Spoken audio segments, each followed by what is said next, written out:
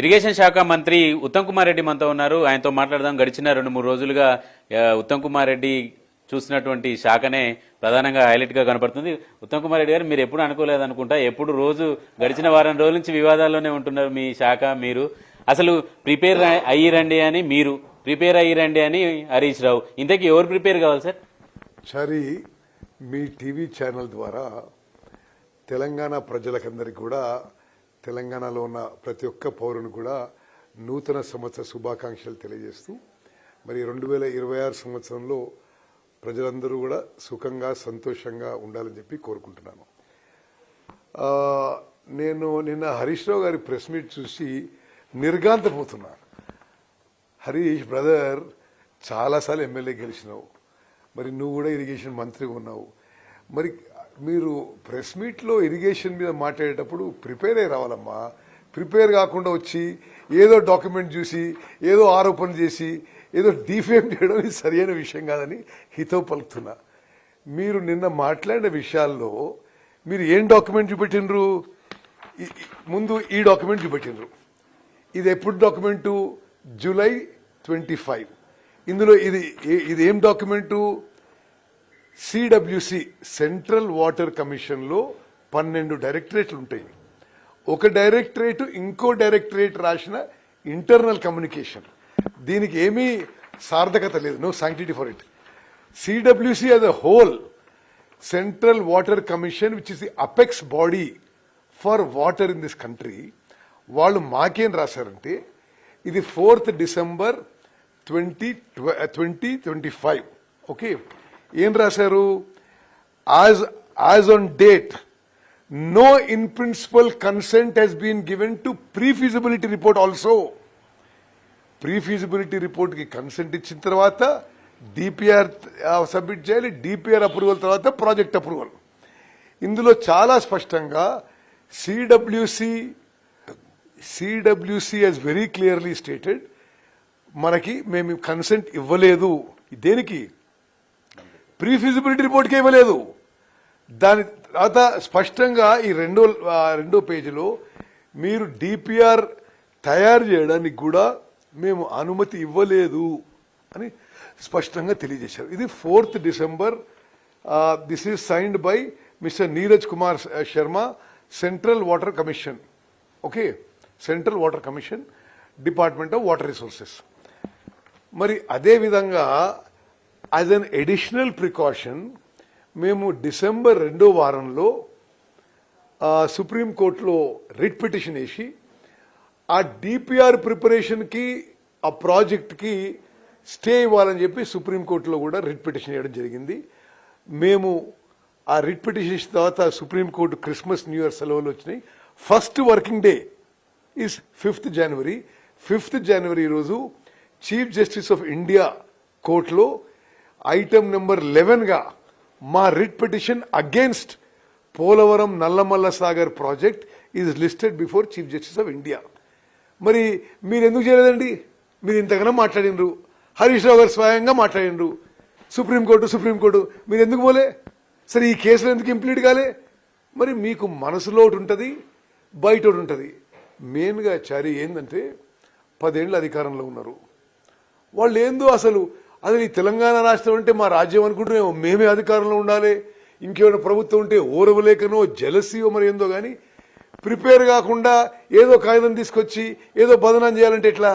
వాస్తవంగా నేను ఈ 2 ఏళ్ళ నా అనుభవం ఏంటంటే చారి, మరి తెలంగాణ ప్రజలకి, రైతులకు తెలవాలి, కల్వకుంట్ల చంద్రశేఖరరావు గారి ప్రభుత్వంలో ఇరిగేషన్ విషయాల్లో తెలంగాణ రాష్ట్రానికి తీవ్ర నష్టం జరిగింది.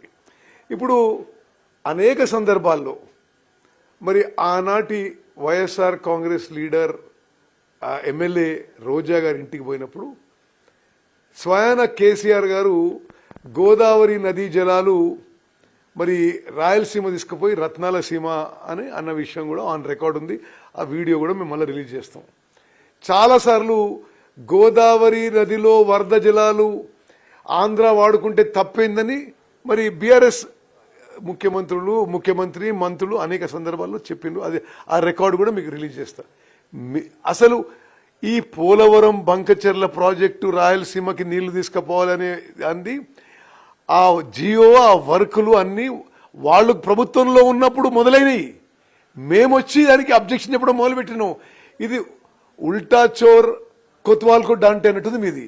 మీరు చేసిన పొరపాట్లు అదేదో అసలు వాళ్ళ హావభావాలు వాళ్ళ బాడీ లాంగ్వేజ్ చూస్తే మాకెంత తెలుసు వీళ్ళకి ఎవరికి ఏం తెలుసు అనే టైప్ లో ఉంటుంది అది. సరే, అసలు మీకు అవగాహన లేదు. అసలు ఈ ప్రభుత్వానికి నీటిని ఎట్లా వినియోగించుకోవాలో తెలియదు. ఆంధ్రప్రదేశ్ కి సంబంధించినటువంటి అధికారులతో కమిటీలు వేసుకున్నటువంటి వాళ్ళు ఆంధ్రప్రదేశ్ కి బెనిఫిట్ చేస్తారు తప్పితే తెలంగాణకి ఏం బెనిఫిట్ చేస్తారు అనేది మరొక ఆరోపణ. నువ్వెవరో మాట్లాడడానికి ఏ అధికారులు వేస్తావని? బరాబర్ తెలంగాణ ప్రభుత్వం ఏ అధికారులు ఈ విషయంలో సమర్థవంతంగా రిప్రజెంట్ చేయగలుగుతాం మేము వేస్తాము.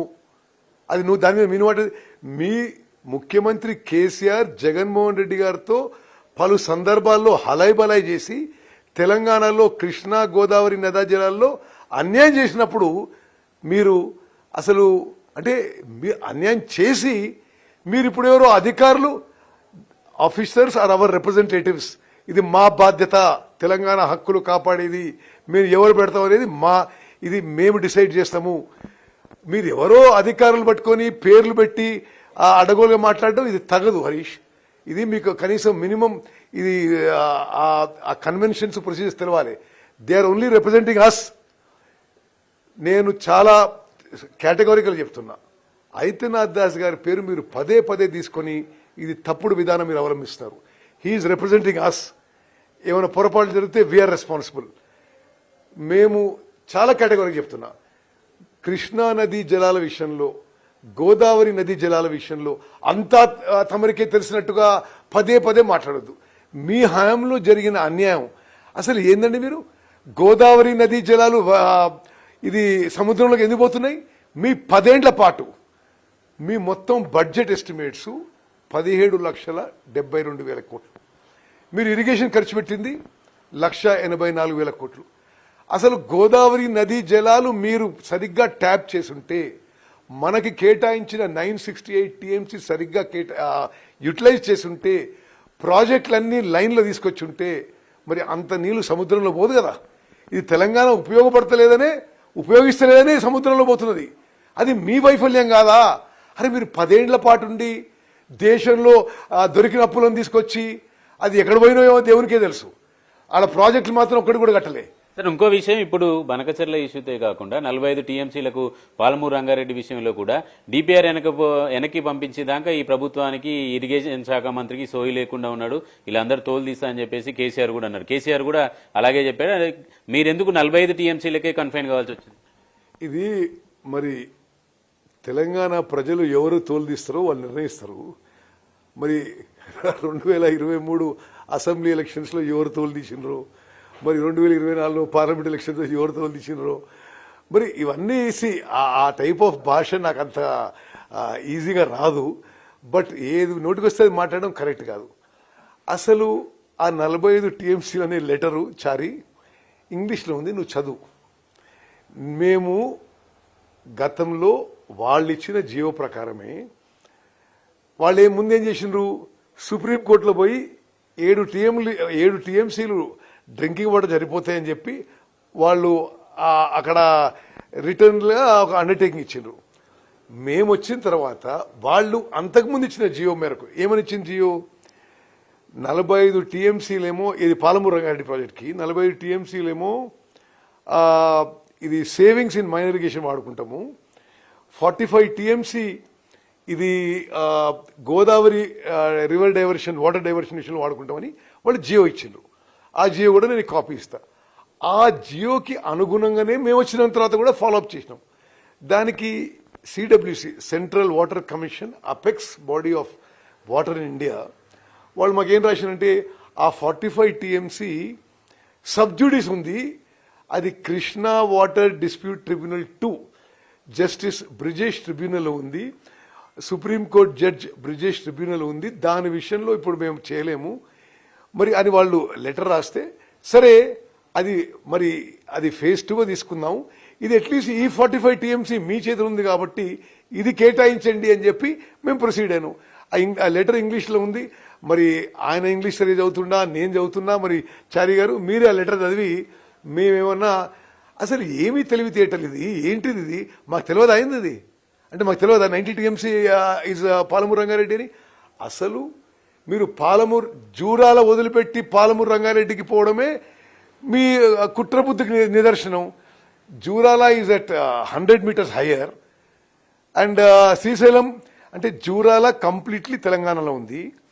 అది కట్టుకుంటే they would been lesser interstate disputes. మీరు 100 మీటర్స్ లోవర్ శ్రీశైలం షిఫ్ట్ చేసి కాస్ట్ పెంచేసి మీరు సరే దాని మీకు ఏ మొదలబుద్దో ఏదో అయినా సరే మీరు మొదలుపెట్టిన ప్రాజెక్టులు మేము గవర్నమెంట్ ఇస్ అ కంటిన్యూటీ అనే ఉద్దేశంతో ఒక ఏమీ రాజకీయ దురుద్దేశం లేదు. పాలమూరు రంగారెడ్డి మీరు 90 టీఎంసీ అన్నారు, 45 అక్కడి నుంచి 45 అక్కడి నుంచి దాని ప్రకారం ముందుకు పోతున్నాము. మీరు చెప్పిన జియో ప్రకారం ముందుకు పోతే ఆడ 45 ఈడ 45 అది అదే కాదు, ఆ లెటరే కాదు, దాని ముందు 10 లెటర్లు రాసినాం. ముఖ్యమంత్రి గారు నేను పలుమార్లు కేంద్ర జలవనరుల మంత్రిని కలిసినాం. నేను సిడబ్ల్యూసి చైర్మన్ని స్వయంగా ఒక 5-6 సార్లు కలిసిన. నేను స్వయంగా కృష్ణా వాటర్ డిస్ప్యూట్ ట్రిబ్యునల్ 2 నేను ఆ హియరింగ్ అటెండ్ అవుతున్నా.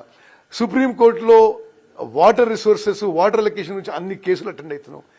చాలా సమర్థవంతంగా తెలంగాణ యొక్క కృష్ణా గోదావరి నదీ జలాలు కాపాడటానికి సర్వశక్తులొడ్డించి మరి వీఆర్ పుట్టింగ్ అవర్ ఎఫర్ట్. మరి హరీష్ రావు గారు ఏదో పేపర్ తీసుకొచ్చి దీని ప్రకారం మీరు అరే ప్రిపేర్ కావాలి హరీష్ రావు గారు.